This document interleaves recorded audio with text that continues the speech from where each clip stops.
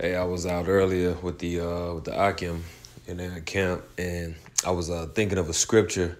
We were speaking about obedience, and I was speaking, and I quoted it, but I couldn't figure it out in my mind where it was at though, which was I just found that this is First Samuel was 15, around 23, and it's funny how I was just watching the GMS Dallas and Des Moines camp, and they were speaking about Haman, all right, and during the time of the Persian Empire, which made me want to do a little bit more researching on Haman and his connection with the Amalekites, and it brought me to want to see, okay, who was Agag, because it was saying that he was an Agagite. So I was like, okay, well, who's Agag? And it brought me to, back to this chapter, because this is where Agag was mentioned. He was mentioned in Numbers, but then he was also mostly mentioned in this chapter. And he's the king of the Amalekites, which were Amalek was the grandson of Esau Edom. He's the chief tribe of the nation of Esau Edom, which today is a so-called white man. All right, these are the people that have the small hats that are in the land of Israel and all throughout Babylon, calling themselves Jewish. All right, so and I'm gonna read this chapter because it's a precept that I quote, but just reading this whole chapter kind of brought it all into another perspective, and that's what happens with the living waters, the word, because the more you read it, it's like it's always something that comes out. It's like a movie, a good movie. Every time you watch it, you get something that you didn't get before. So I'm gonna start at the top and read down. It says, 1 Samuel 15:1, Samuel also said unto Saul, the Lord sent me to anoint thee to be king over his people, over Israel. Now therefore hearken thou unto the voice of the words of the Lord. And this was the prophet Samuel, which goes to show you how the Lord deals with the prophets, even someone who the Lord sanctioned to be king over his people, the Israelites. He still had a prophet that he would relay his message unto, to send that to, which goes to show you the value and the importance of the prophets. Verse 2, thus saith the Lord of hosts, I remember that which Amalek did to Israel, how he laid wait for him in the way when he came up out of Egypt. Oh, that's cold. In the NLT, it says, this is what the Lord of heaven's armies has declared. I have decided to settle accounts with the nation of Amalek for opposing Israel when they came from Egypt.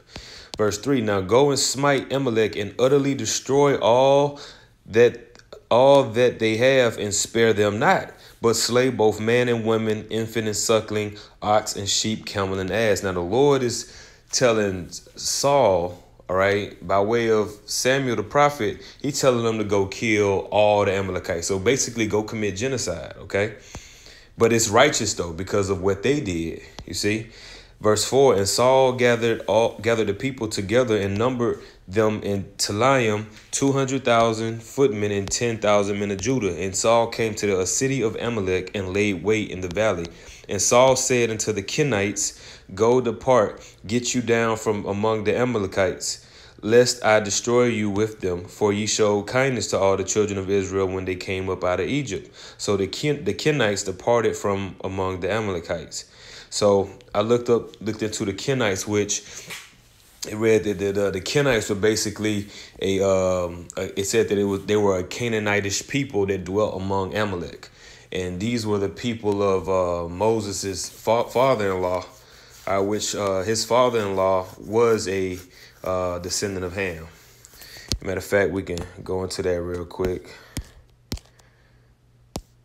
Konah,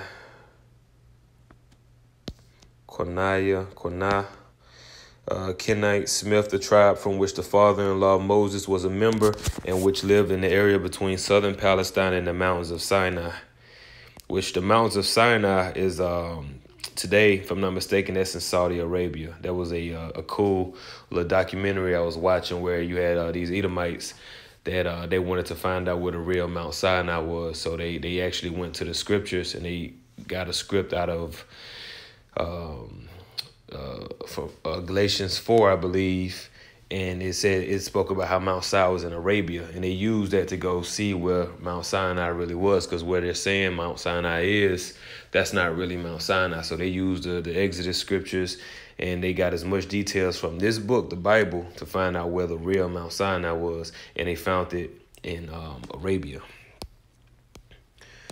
You see, it says a Canaanitish people who dwelt among the Amalekites. So they're being told, Saul told them to basically get away from them because they was amongst them. So he said, get away or I'm going to kill you too. Verse 7, and Saul smote the Amalekites from Havilah until thou comest to shore that is over against Egypt. And he took Agag, the king of the Amalekites, alive and utterly destroyed all the people with the edge of the sword. But see, the Lord told him he was supposed to kill him too, but he didn't. But Saul and the people spared Agag and the best of the sheep and of the oxen, of the fatlings and the lambs and all that was good. See, the Lord told him that he's supposed to kill all of that stuff. He was supposed to slaughter the animals too, and would not utterly destroy them, but everything that was vile and refused that they destroyed utterly. Then came the word of the Lord unto Samuel, saying, because the Lord sees everything, right? So now here comes the Lord speaking to Samuel. He said, it repented me that I have set up Saul to be king, for he has turned back from following me and have not performed my commandments. And it grieved Samuel, and he cried unto the Lord all night. And when Samuel rose early to meet Saul in the morning, it was told Samuel, saying, Saul came to Camp Carmel, and behold, he set him up a place and is going about and passed on and going down to Gilgal. And Samuel came to Saul and Saul said unto him, blessed be thou of the Lord. I have performed the commandment of the Lord. Okay, that's what Samuel said. Saul. And Samuel said, what meaneth then this bleating of the sheep in my ears and the lowing of the oxen which I hear? So in NLT it says, then what is all the bleating of sheep and goats and the lowing of cattle I hear? Samuel demanded. And Saul said, they have bought them from the Amalekites, for the people spared the best of the sheep and of the oxen. And this is the point of this whole lesson I'm getting into. I just wanted to paint the whole story. It says, for the people spared the best of the sheep and of the oxen to sacrifice unto the Lord thy God, and the rest we have utterly destroyed. So this is where Saul fucked up. He instead of killing all the animals like the Lord told him to do, he spared what he called the best of them, just so he can sacrifice them unto the Lord later. Then Samuel said unto Saul, stay, and I will tell thee what the Lord hath said to me this night. And he said unto him, say on. And Samuel said, when thou wast little in thine own sight, wast thou not made the head of the tribes of Israel? And the Lord anointed thee king over Israel. And the Lord sent thee on a journey and said, go and utterly destroy the sinners, the Amalekites, and fight against them until they be consumed. Wherefore then didst thou not obey the voice of the Lord, but didst fly upon the spoil and didst evil in the sight of the Lord? And Saul said unto Samuel, yeah, I have obeyed the voice of the Lord, and have gone the way which the Lord sent me, and have brought Agag, the king of Amalek, and have utterly destroyed the Amalekites. That ain't what the Lord said do though. But the people took of the spoil, sheep and oxen, the chief of the things which should have been utterly destroyed, to sacrifice unto the Lord thy God in Gilgal. And Samuel said, hath the Lord as great delight in burnt offerings and sacrifices as in obeying the voice of the Lord? Behold, to obey is better than to sacrifice, and to hearken than the fat of rams. For rebellion is as the sin of witchcraft, and stubbornness is as iniquity and idolatry. Because thou hast rejected the word of the Lord, he hath also rejected thee from being king. Now in NLT, verse 22, it says, but Samuel replied, what is more pleasing to the Lord, your burnt offerings and sacrifices, or your obedience to his voice? That's right. When you tell your child or your dog something, you want them to do it, man. You know, just do what I said do. It's a reason I'm telling you to do this. You don't know, but I know, right? Listen, obedience is better than sacrifice, and submission is better than offering the fat of rams. Rebellion is as sinful as witchcraft. Woo. And stubbornness as bad as worshiping idols. So because you have rejected the command of the Lord, he has rejected you as king.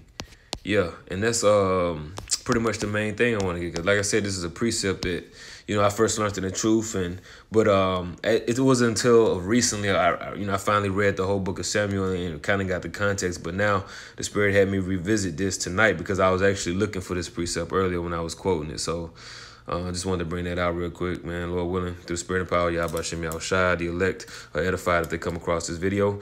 Till next time, Shalom.